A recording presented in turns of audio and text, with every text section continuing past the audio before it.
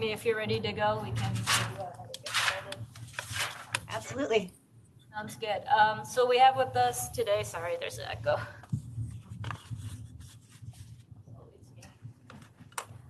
We have with us today Emmi Bane, who is a data ethicist and privacy sociologist, which I think is the coolest job title ever at HP. So Emmi works with privacy engineering teams there and really helps kind of reason about how they use data.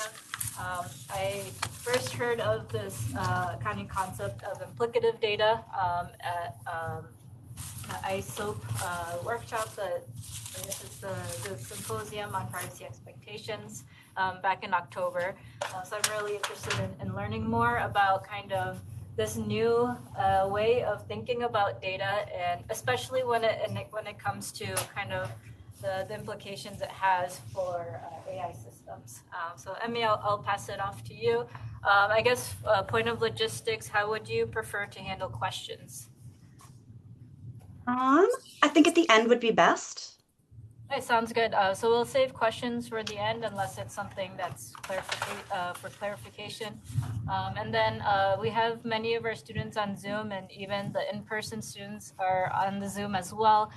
So we can have them type it in, or if you want me to read out questions, that's fine too. Perfect. If we type them in, then we won't forget them. Sounds good. All right, I will pass it off. Excellent, thanks. Hi, everybody. I'm Emmi.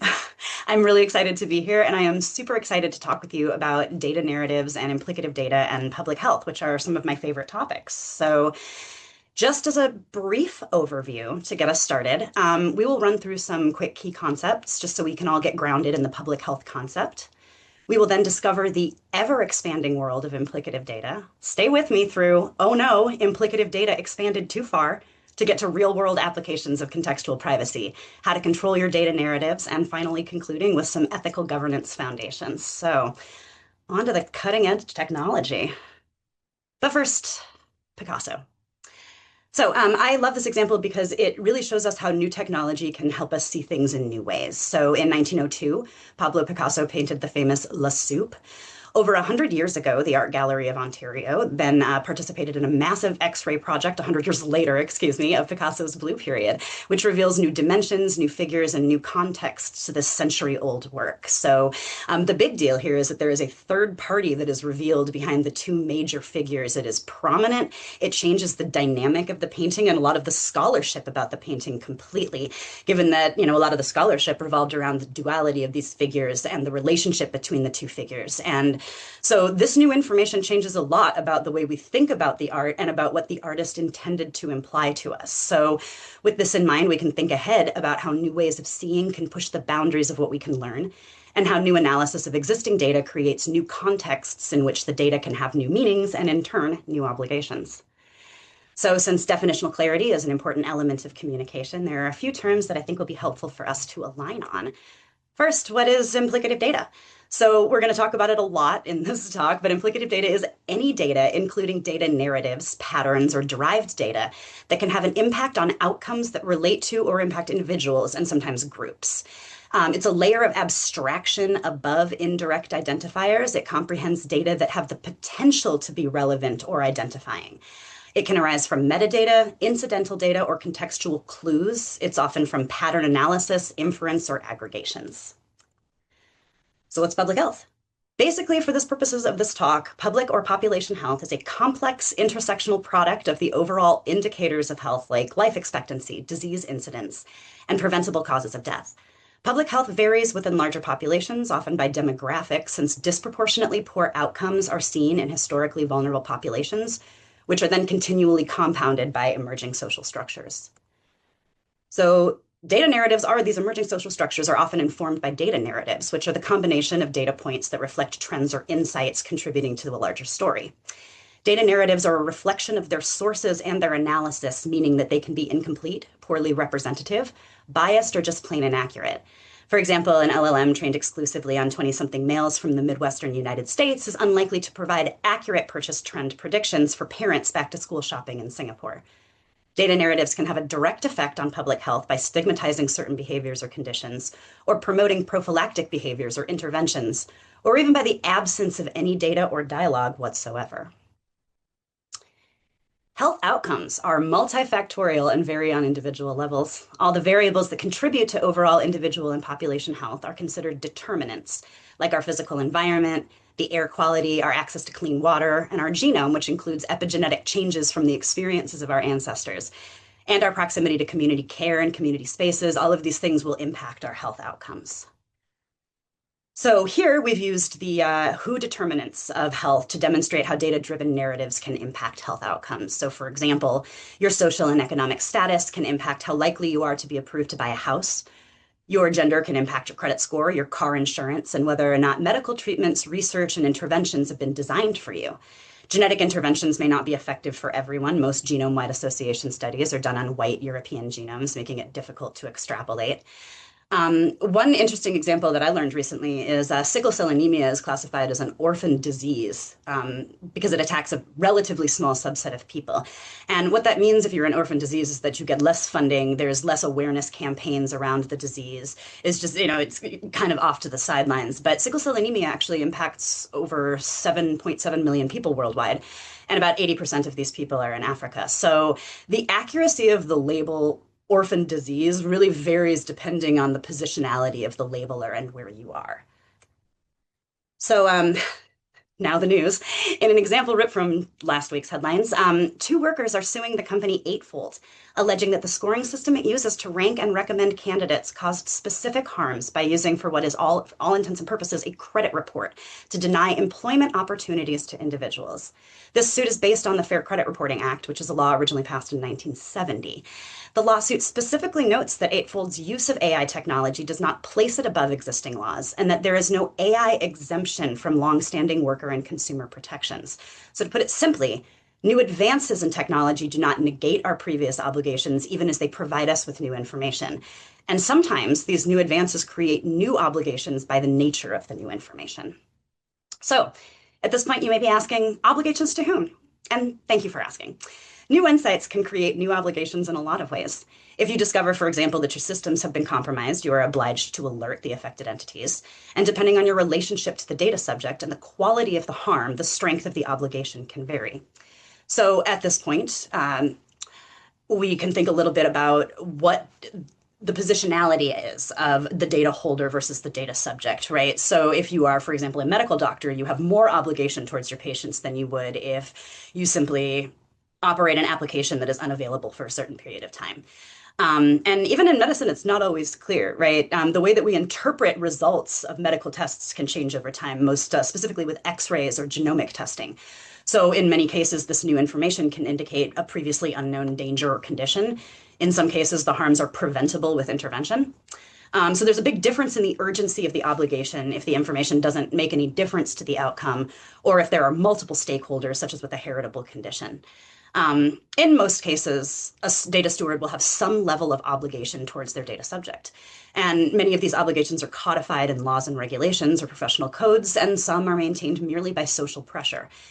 But in cases where new information can re-identify an individual or reassociate information with a previously de-identified profile, the obligations of the data holder will then extend to this new personal data.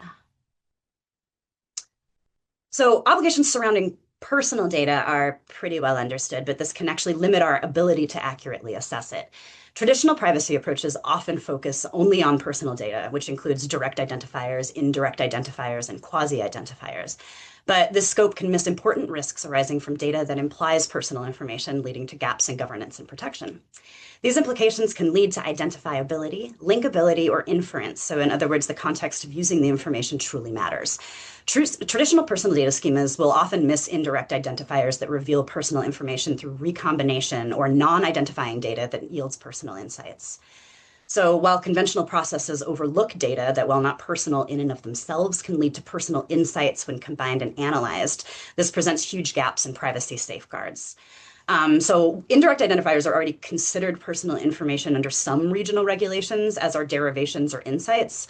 But thinking about completely non-identifying data that can lead to personal insights when combined is how you can reduce privacy risks. And that creates population insights that have the potential for implicit data risk, data narratives, and social impacts. So, with new analysis techniques, more and more data contribute to indirectly identifying or relating to an individual, and this is often in unforeseeable ways.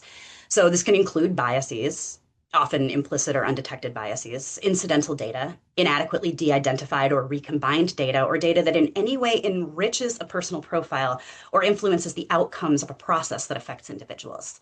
Unknown harms with the emergence of new technology and new ways of analyzing all data can give us a little bit of insight into what we can expect as we see these developing technologies. But we know that current safeguards might be insufficient due to overlooked data types enabling personal insights. So, why is this an issue, right? Well, the GDPR, first of all, defines personal as any information relating to an identified or identifiable natural person who can be identified directly or indirectly. And one of the main issues in practice with this definition is that it results in artificial classifications of personal data. Such as direct, indirect, or quasi-identifiers. These artificial categories don't completely cover the any in the GDPR definition because the ways that data can relate to an individual are numerous, including non-personal traits, again, linkable or inferred data.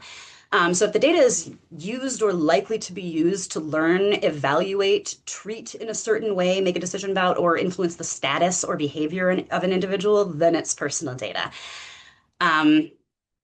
Which really starts to expand the way that we are thinking about what can be open to risk and risk protection. So, as we know, even anonymized data can be re-identified or recombined with other data sets, which results in reattribution of information or the creation of new information, both of which are privacy risks. If you combine anonymized data sets, you can create patterns for data narratives, profiles, or re-identification. So this puts companies at risk of using data inappropriately with both individual, contractual, and societal regulatory consequences. So the issue with this is that the risks are there whether or not you detect them. So whether or not you know that you have data that might be inferential is immaterial to the way that the law is executed. If you focus governance solely on your personal data, you limit risk detection, you enable implicative data to cause privacy breaches, or you contribute to unfair outcomes without appropriate oversight. So the bottom line is that all entities that hold data are responsible for the personal data that they process. So there's an obligation to be aware of implicative data to mitigate the risk of this unintentional violation or misuse. So some consequences of ignoring this is that personally, as a governance professional, you might not be reviewing the things that you need to be reviewing. But as a privacy engineer, you might not be designing tools for the right risks or testing against the right threats. So if you set yourself up for things like unintentional data disclosure, data re-identification, or the generation of new personal insights, this is a huge area of risk that is then uncovered by your protections. So, as always, regulatory non-compliance is a huge issue, but with this approach, you also leave yourself open to broader attack landscapes if your protections aren't applied correctly to data that can yield personal insights or personally applicable insights. So visual implicative data includes all information that influences outcomes at an individual level. If you review only the cases with personally identifiable data, you create limitations for data analysis. Even explaining to include all the regional and draft definitions of personal data, we don't actually get all of the information that influences outcomes on a personal or individual level. So if we start looking at everything, it helps if we take contextual-based reviews that can help us determine what types of implicative data might be relevant to us and which types might have an impact on personal outcomes. So as an aside, I just never ever know how that animation is going to go. It's a surprise to me every time. Right, hello. Sorry, I don't seem to be advancing here. One moment. There we go. All right. So when you're looking to understand contextual risks, the first thing to consider is what types of insights we already know exist and how they apply to individual people. So examples that include, calendar entries that suggest routines about people, GPS metadata that reveal location patterns, behavioral profiles that can imply preferences or habits. All of those have personal implications that can be attached to a personal data profile. Sometimes these associations can be a little bit more obscure. So a great example of a data narrative is credit scoring. There are thousands and thousands of factors that feed into consumer scores and credit reports, and some of them seem absolutely ridiculous and completely innocuous, very benign on their own. But when combined, they turn out to have direct effect on individuals. Credit scores can impact your housing, your ability to apply for loans or grants, your employment, and by extension, your access to healthcare and health services. Um, these scores are so prescriptive because they are numbers, and we have a bias towards numbers as data points. They seem a lot more accurate to us. A really great example of that is in 2004, there was a big multidisciplinary group of scientists, doctors, and ethicists, and they started working on an algorithm to match organs to people who needed an organ donation. And the reason that they did this, because this actually sounds incredibly dystopian, but they had really good intentions. And one of the motivating factors behind this is that people are terrible at ethical decision making. What they found is that when you would provide the whole packet and all of the information about the organ recipient, everybody who reviewed this, all the evaluators were attracted to a single number because there was a study that suggested that a variation around this number had a slight correlation with people accepting the organ more. And so they would look at this number to the exclusion of all other evidence, and it turned out they weren't making very good decisions. So they asked a robot to do it, and they said, listen, here are our parameters. We really want to make sure that you're not going to do a terrible job, right? We want you to not discriminate against poor people. We want you to make sure that you are not racist or sexist and that your results are completely fair to all of the applicants. And the robot said, absolutely, I pledge that I will do this. So they ran the algorithm, and somehow it managed to exclude everybody of a lower socioeconomic status and almost all the people of color who had applied. And they went back to the robot and they said, how could this happen?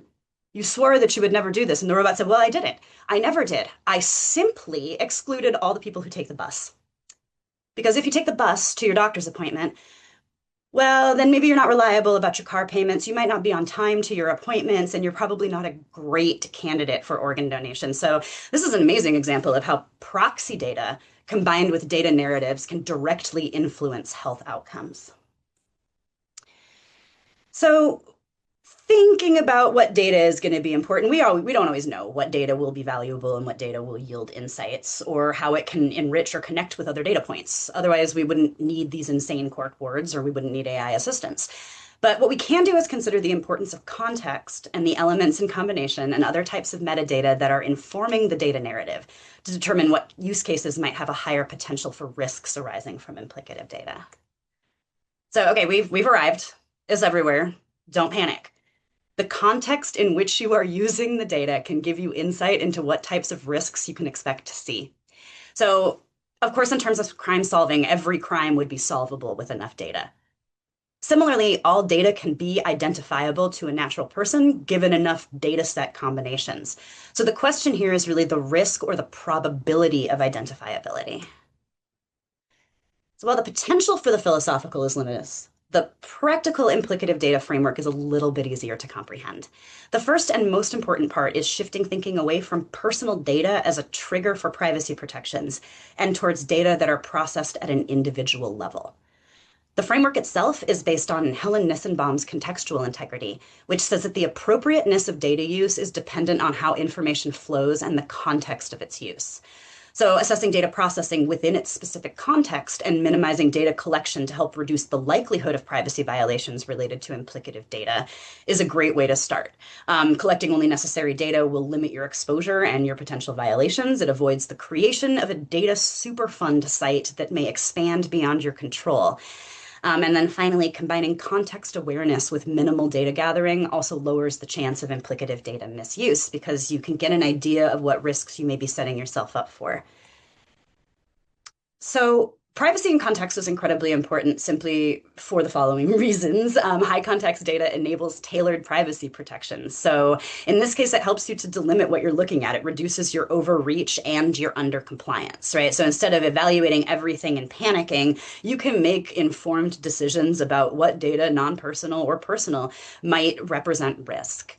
Ethics by design. This is my personal favorite because we're doing everything else on purpose, so why not the right thing? Contextual privacy respects social norms and expectations, especially when handling sensitive or implicative data. And this helps to maintain alignment with the data subject.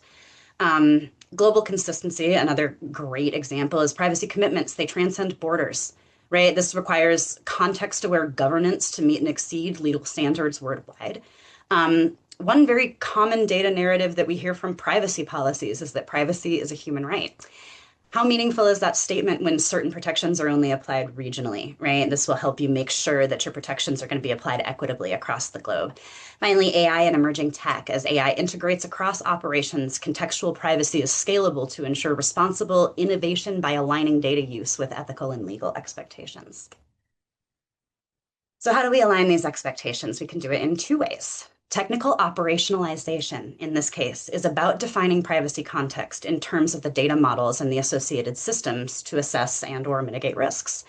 Informational, which is my favorite type of operationalization, is how do we communicate the purpose for continued use and how do we map that back to the original basis for data collection? And when we analyze that, we think, is this within the scope that a reasonable person would recognize as what they consented to begin with? So taking it up a level, then, how do you communicate potentials of information to the data subject or the end user? In many ways, the notice or consent process represents the creation of the privacy context, and it's a way of setting expectations for and with the user. Setting expectations starts with consent, which is increasingly difficult to meaningfully achieve in a world where the potentials of data change all the time. So, for example, the original requirements of consent in the Belmont report mandated that for consent to be freely given or voluntary, it must be informed, meaning that all the relevant information has been provided to allow the data subjects to make a considered decision, and comprehended, which means that they have to have understood the information provided. It's not always possible or reasonable to assess comprehension when people agree to things online. It is, however, possible to be very specific about the information that you provide. Explainability and transparency are two common principles in AI governance frameworks. Including more context in the data collection process helps provide better information to the end user. It helps to increase comprehension and it helps to set expectations. So the scope of data use and retention is an integral part of the privacy context that can be countermanded by the mismanagement of implicative data. Context is also an important element of the foundational ethical principles, since these principles themselves are based on context and cultural interpretation. So when we say we value beneficence, who is benefiting? How is respect being demonstrated and to whom? Distributive justice is a concept that is almost entirely context-based, as frameworks take into account things like wealth, social status, and income, which are all contextual conditions. Considering that reality is in part based on these shared social constructions like laws or money, for example, evaluating context is crucial to avoiding the commission of harms and ensuring clarity in communication. Consent's a contract, and the terms should be clearly understood by both parties. We think about data analysis in light of emerging technologies. We need to think about how these new insights are creating new obligations, both legally and morally, through the creation and enshrinement of data narratives. And we need to think about the context of the collection, since that should limit the purpose for which data can be used. Ethically, you cannot consent in advance to a technology or a process that doesn't exist, but you can consent to a purpose, and that should guide the future use of that data. So, to conclude, data narratives both interpret and shape population health indicators, leading to both general and specific harms to groups and individuals. Data governance must include implicative data to effectively manage the risks that arise from emerging technologies that process data. A context-driven, comprehensive, and honest governance model ensures privacy and ethical compliance in modern environments. Strong oversight mechanisms are essential to maintaining ethical standards and protecting privacy effectively. And of course, expanding the scope of data governance to include implicative data helps to meet and maintain social and literal contracts with both individuals and third parties. Evaluating something critically on an important note does not mean don't use it or allow it. It just means that new insights can mean new risks, and we need to evaluate them critically. To conclude, I will just give you my favorite line here. Most privacy language includes a value statement about respect for persons, and we can demonstrate that to the best of our ability by making sure that our programs, our tools, and our technologies also reflect the intention of data protection laws, which is to protect, by extension, persons. Thank you very much.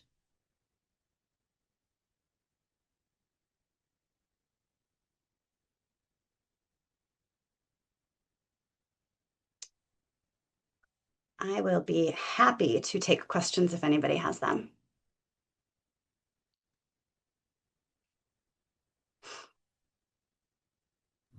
Yeah, I expect that there'll be some questions on Zoom, but I guess uh, we have one already. If we want to go ahead and get started with that one. Yeah, this is a great question. So, looking at the organ donation scenario, given that we know what went wrong, what would we recommend doing differently to make automated decision making an ethical and fair one? That's a great question. And I think the first thing that we would do is try and comprehend proxy variables in our subset of sensitive data or data that will be implicative to individuals. I think in this scenario they did do a great job, and I really they the explainability was really key to this because, as you say, we can track it back and see what went wrong and where this association happened, where this data narrative was built.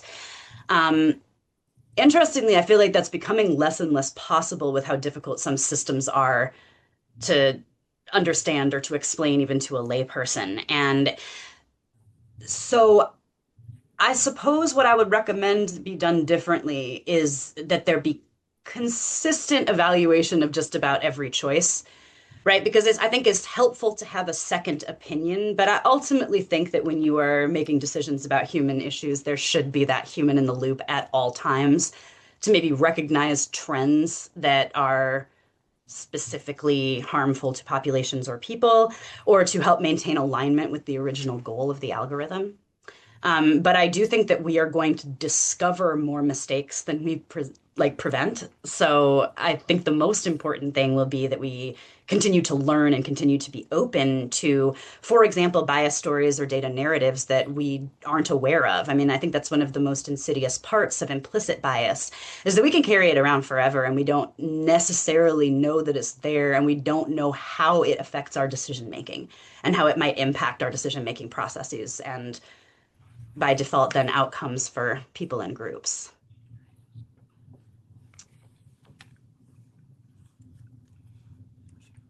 Great. I guess while we're waiting for another question, I had one related to data narratives. Could you Yes, please. share more about kind of useful frameworks or techniques for kind of coming or for identifying these narratives in more of a systematic way? What is your approach for identifying what these important narratives might be for a particular system? This is such an excellent question, and don't tell anybody that I said this, given that this is recorded. But I actually think a great place to start is marketing software because they've been doing this for ages, right? Actuarial software is really good at pulling out correlations. And so if you want to look at some unexpected stuff, for example, like your credit score is informed by whether or not you buy sporting equipment online, which is a very, very specific and seemingly unrelated variable, but somehow is an integral part of determining this score. So a lot of these unexpected things you can just see by looking at what correlations exist. And I think it's a great question because, on that note, it's also really difficult for robots to determine what is causation and what is simply a bizarre relationship between variables that may actually have been caused by existing social structures or data narratives. Yeah, so I mean, it seems like yeah, you're just trying things at random to see what might be correlated. But yeah, I was wondering if you had any advice on doing that maybe a bit more systematically. Yeah, I think there's a lot of software that actually does just look for data correlations, and I do think it's a great place to start simply because I mean implicative data, as you know, defined in this talk, may be new, but the concept has been around for ages, right? Companies have been using it for ages. You'll see it everywhere now that you know about it. So to systematically look at it, I guess I would use the same approaches that people who have been exploiting data have been using for decades. Yeah, thank you.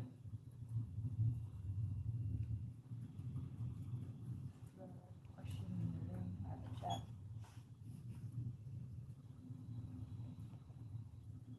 Oh, I see one on the chat. Oh, really, really good question.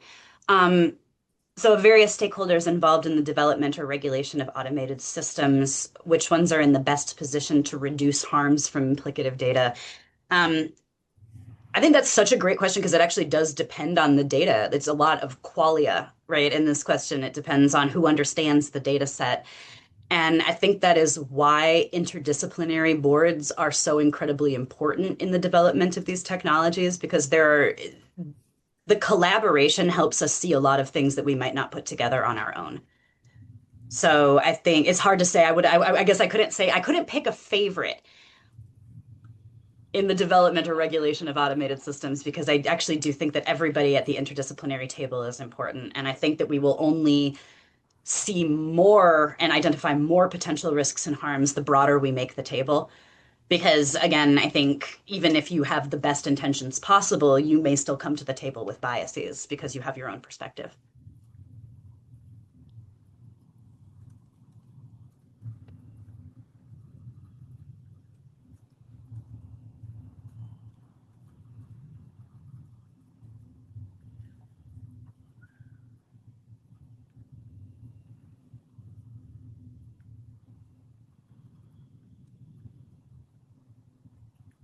I guess I have a question while we're waiting for more on Zoom. Yeah. Yeah, I think I was just excited to kind of have this kind of broader notion of data that's kind of relevant when it comes to privacy than just personal data. But the existing kind of frameworks and tooling we have for privacy just does still mainly focus on personal data. So I guess how do you see adapting maybe existing privacy methods, for example, privacy threat modeling, to kind of use a definition of implicative data, or is this something that HP has done? Absolutely. I think the single most important thing that you can do is pivot your thinking and your triggers, right? So at HP, we have a trigger that says, yes, does the solution process personal data? And we're going to migrate away from that. And we're changing to, does this solution process data at an individual level? And at that point, you are going to start catching the stuff that may be non-personal that give rise to personal insights or that may be reattributed to a person at the end of the analysis. So I think that is probably the single most practical thing people can do in this approach. And then, of course, you need to limit it because you cannot review everything in the world. It is neither practical or appropriate. So limiting that then with context assessment, right? So are you using non-personal but sensitive data, right? Are you using financial data, HR data? Are you using de-identified data that is still, at an individual level? And so those triggers would be ways to identify potential risks from implicative data in use cases. Thanks. Yeah, that makes a lot of sense. And yeah, I can see how that kind of lends its well to these other kind of existing controls that we have for privacy. Yes, go ahead. It might be like a separate question, but I was wondering what your perspective on like neurotechnologies, since they're like kind of the new thing that are up and coming, and kind of the risk that it may impose onto individuals' data and their privacy. Perfect. Thank you. Because I will talk about consent at the drop of a hat. And I think that is one of the key issues here in this developing technology. One thing that I think about developing technology that may be an unpopular opinion, but in a lot of ways it is human subject research, right? We send this stuff out into society to sort of see what happens, and then we respond to adverse events the best that we can. And one problem with that is that it's difficult to get people's consent to participate in what is basically a societal phenomenology that, then sort of changes the way we work and live. Neurotechnology, I think, in a similar vein, makes it really difficult for people to understand what the potential consequences may be because this is so new. And one of the drawbacks of the information requirement of informed consent is that the person who is performing the operation or collecting the data or doing the research, they're responsible for determining what information is relevant or germane to the end user or participant, right? So that's a whole other layer of obligation, but it brings up the issue of explainability, definability. And when you have a technology that is as abstruse as, you know, neurotechnology, I think it becomes increasingly difficult to garner appropriately informed consent for people who are participating in what is basically a clinical trial. So it's difficult. I think if we focused more on explainability, I think if places were more willing to say, I don't know, it would be helpful, right? I think there's a lot to be said for being very open about not knowing how your technology operates. It would have saved Mickey Mouse a lot of trouble in that whole thing with the brooms that got animated and he couldn't stop. Um, it's my agentic AI analogy. But it's an interesting question because while it's one of those things that can be really beneficial to a lot of people, the use cases for additional risk are probably going to develop as we drive the car. So we'll learn as we go along. Thank you.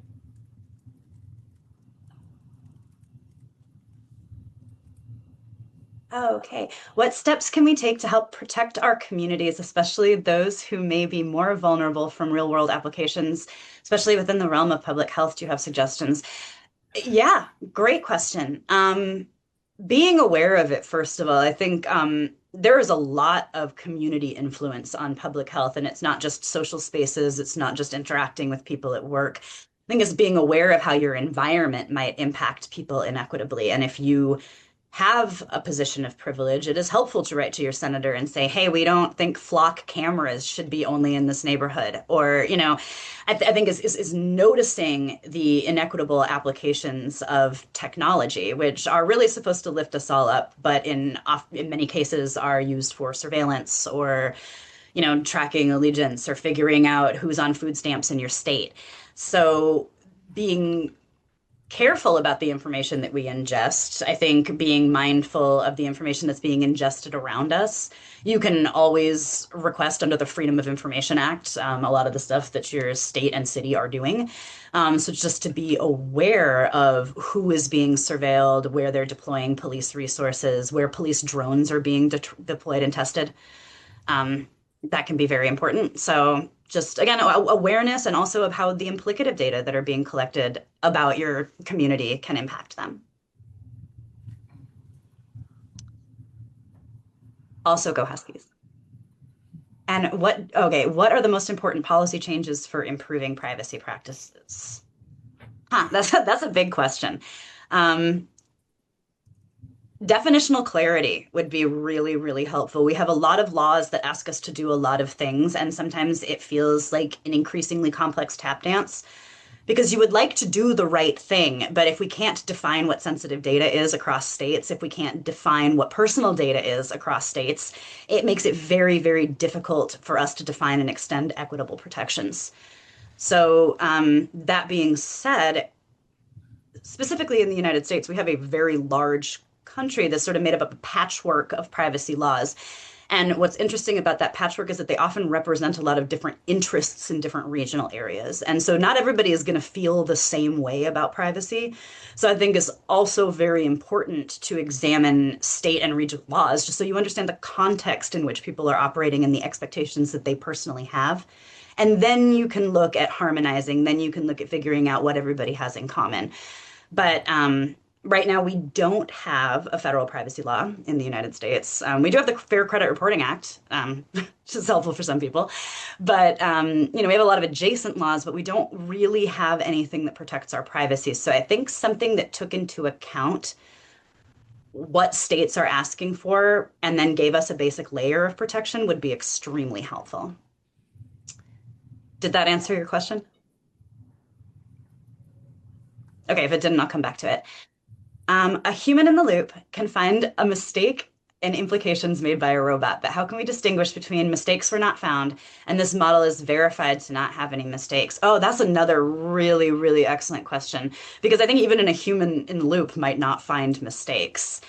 Um, One thing that we talk a lot about when we're thinking about privacy enhancing technologies and verifying how well we're doing with them is the adage set a thief to catch a thief, where I think it is also very helpful to have AI models evaluate each other.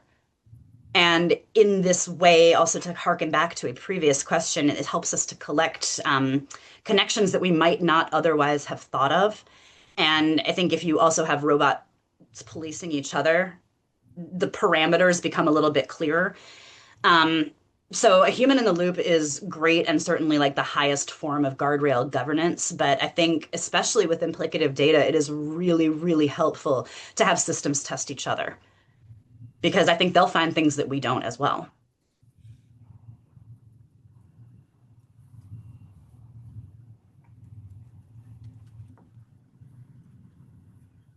I'm not seeing any other questions in the room, but oh, there's one on Zoom. Implicated in the concept of human in the loop as some sort of backstop in automated processes is the idea that there is an expected benefit, efficiency inherent in the deployment of the automated AI system.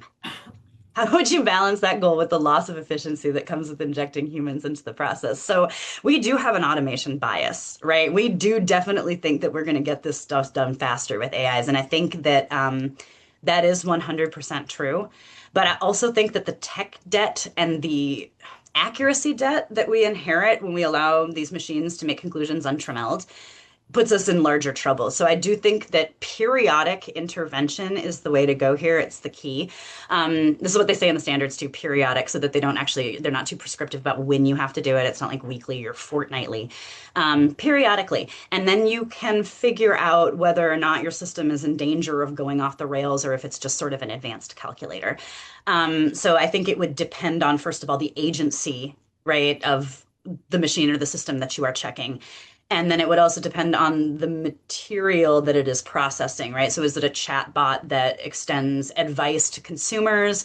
Is it, just something in the back end that checks for errors in your code, right? These will have different risks, again, depending on context. So you would put the human in the loop in the places where the potential for contextual harm was the highest. And you would have those be more frequent than you would have checks for, once again, something that just sort of scans your financial statements for things that don't add up. Did that help?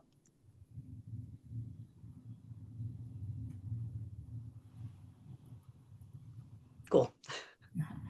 All right. I guess if we don't have any more student questions, I was wondering if you could share more about kind of your journey to kind of where you are in privacy, especially since you might be coming from a background that our students are also interdisciplinary, but I think it's helpful to hear more about kind of how people coming outside of computer science or engineering backgrounds kind of find their way into these kind of privacy spaces as well. Sure. I got here because of epistemologies. I'm really, really interested in how people think about the science of the world. So when I was in undergrad, I took a lot of different classes and I came in with a sociology degree, a psychology degree, and a micromolecular biology degree. And I thought that was a great representation of how people view the world fundamentally. Um, but it really got me invested in population health and harm prevention. And so I went and worked as a research associate for a while at the University of Washington, and I was in charge of writing consent. And the study that I was operating on, so this is great, I had to ask people for consent to electrocute them while they were passed out receiving surgery. It was usually extremely undignified. And I was really, really good at getting consent because for some reason, a lot of people were like, yeah, sure, electrocute me while I'm passed out. So that was my first experience with consent. And I thought, wow, I bet if I wasn't as funny about this, many people would not have said yes. So it got me thinking. And when I went back to grad school, I went back in genetics and public health because I was really, really interested again in how complex consent can impact larger groups or populations than just a single individual, right? So, for example, with your genome, it's not just about you. It can reveal information about your siblings, about your parents, about your kids. So, when you say, yes, I consent to share my genome, there are complications that stem from being part of a family, part of a tribe, part of a group that can then be the victim of those extrapolations, if that makes sense. So I did a lot of work and research on consent and how people like to be asked for stuff and what people are really interested in being asked about. Because again, if you have those three elements of consent, it's the information and comprehension that's really important when you're doing face-to-face consent for research, but it becomes less important as we switch to um, more online consent, right? So it's less personal and there's less opportunity to see if things are comprehended. So for me, I became increasingly interested in how information affects people. And we have laws. We have HIPAA, right? We have the Genetic Information Non-Discrimination Act, right? We have all kinds of laws that protect what we consider to be sensitive data, but they just don't really go far enough. And I learned this because my first job out of high school, out of grad school, was I was a HIPAA compliance officer for a startup. And I learned two things. First of all, that architecting a HIPAA compliance program is possibly the hardest thing I will ever do, so nothing else scares me, which is terrific. And secondly, there's just so much regular unprotected data that we use for exactly the same exploitative stuff that we're hoping to prevent by applying HIPAA, and it just does not work. So that sent me on a full rampage, and then I went straight into tech. And so I went and worked at New Relic. I wanted to know what they were building in there. And now I am at HP, and I originally landed at HP to help design a novel consent profile for a laptop where you can delete your own data, which is a great concept. But I have stayed to talk, like to work on complex consent with things like AI and explainability in tech. So it's been a really wild ride, but I'm super excited to be where I am because applied sociology is not something that you get to do very frequently. And it's really great when it manages to entwine itself with something that is so relevant to people like as AI and agentic AI are right now. Great, thank you so much for sharing. Yeah, I really appreciated hearing about that, and yeah, I guess it's cool to see kind of the unexpected kind of turns that life takes. Great. I don't see any other questions in the Zoom, but maybe we can do one last round of applause for Emmi. Thanks, everybody. I really appreciate you being with us today. And yeah, we hope to see you again in the future. Absolutely. This was super fun. I'll come back anytime. That's good. All right. Have a good one. Thank you, everybody. I'll see you soon.